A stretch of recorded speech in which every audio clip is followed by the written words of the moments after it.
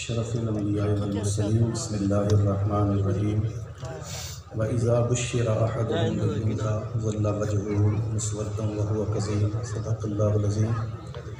ان اللہ وملائکتہ یصلون علی النبی یا ایھا الذین آمنوا صلوا علیہ وسلموا تسلیما۔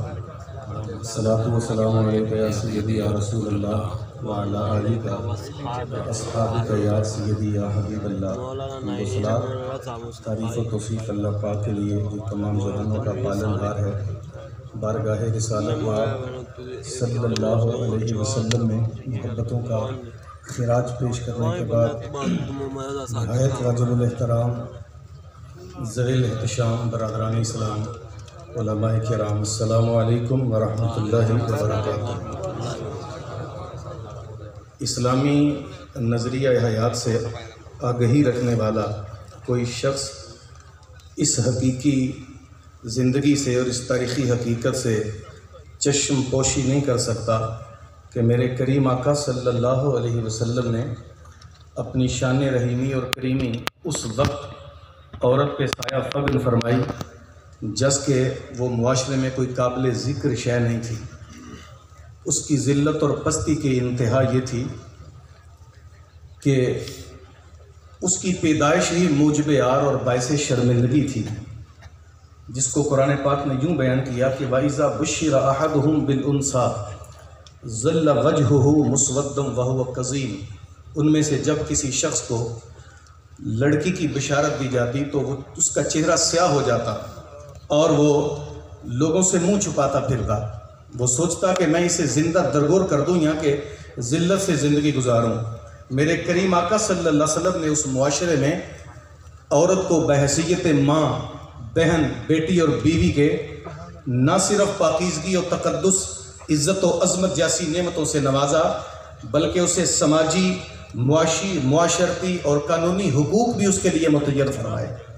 میرے کریم آقا صلی اللہ علیہ وسلم نے اسے معاشرے میں شرف انسانیت سے نوازتے ہوئے علم و عمل کی دولت سے بھی مالا مال کیا۔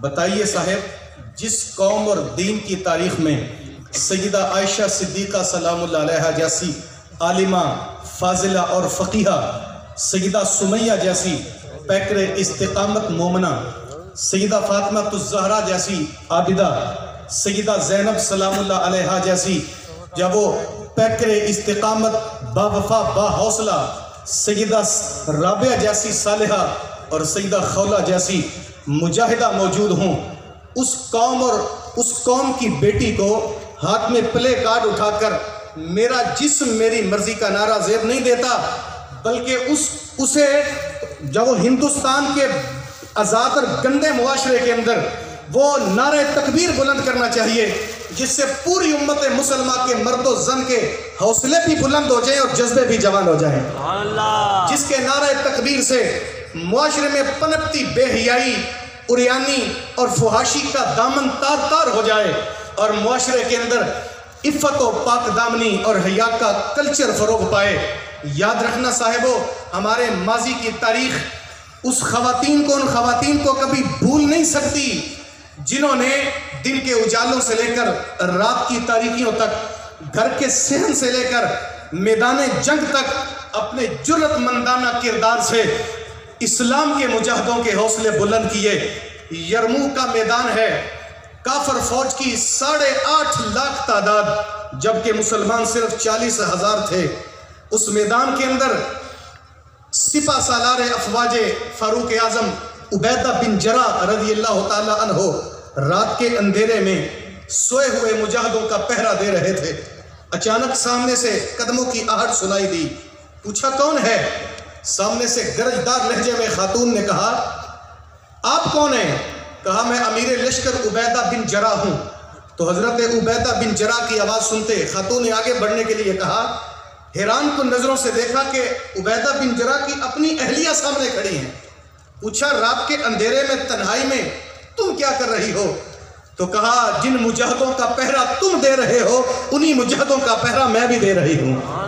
کل میدان محشر میں جب آپ رسول اللہ کی بارگاہ میں حاضر ہوں گے وہاں میں بھی یہ عرض کر سکوں گی حضور اسلام کی بقا کے لیے لڑنے والے تمہارے غلاموں کا پہرا میں بھی دیتی رہی۔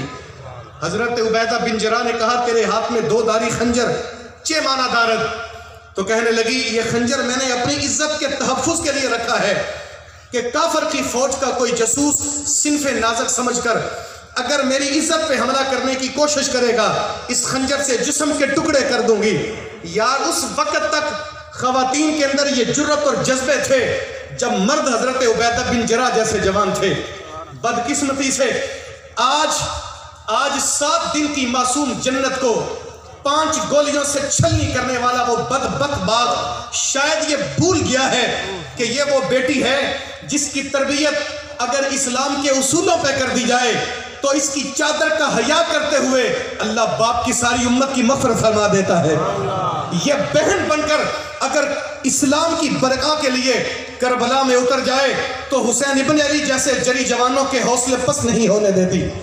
ماں بن کر اگر گٹی میں عشق رسول اور لوری میں رسول اللہ کے نغمے سنائے تو بیٹے کو زمانہ غوث اعظم کہتا ہے۔ اگر قرآن کے نور سے من میں چراغاں کر دے تو چمکنے والے اس ستارے کو زمانہ رضا ثاقب کے نام سے یاد کرتا ہے۔ اور یار خاتون عورت ہی وہ ہستی ہے جس کے وجود سے 1,24,000 کم و بیش پیغمبروں نے جنم لیا اور نسل انسانی کے لیے رشت و ہدایت کا پیغام لے کر آئے۔ عورت ہی کائنات کا وہ جز ہے کہ جو تخلیق کو مکمل کرتی ہے۔ کتنی خوبصورت اقبال نے بات کہی، وجود زن سے ہی تصویر کائنات کا رنگ، وجود زن سے ہے تصویر کائنات کا رنگ، اسی کے ساز سے زندگی کا ہے سوز دروں۔ یار عورت کا وجود ہی کائنات کو مکمل کرتا ہے۔ وہ کیا کسی شخص نے بڑی خوبصورت بات کہی کہ مرد کے لباس سے عورت کی نفاست کا پتہ چلتا ہے اور عورت کے لباس سے مرد کی غیرت کا پتہ چلتا ہے۔ اللہ اکبر۔ وہ کسی کہنے والے نے کہا کہ جب کبھی انسان کی غیرت کا سوال آتا ہے بنت زہرا تیرے پردے کا خیال آتا ہے۔ میری دعا ہے باری تعالیٰ اتنے بڑے مجمع میں لوگوں کی پرخلوص آمین کے ساتھ کہ میری ملت کے نوجوانوں کی نظروں کو حیا عطا کر اور میری قوم کی ماؤں بہنوں بیٹیوں کو پردے کا تاج عطا فرما۔ وما توفیقی الا باللہ۔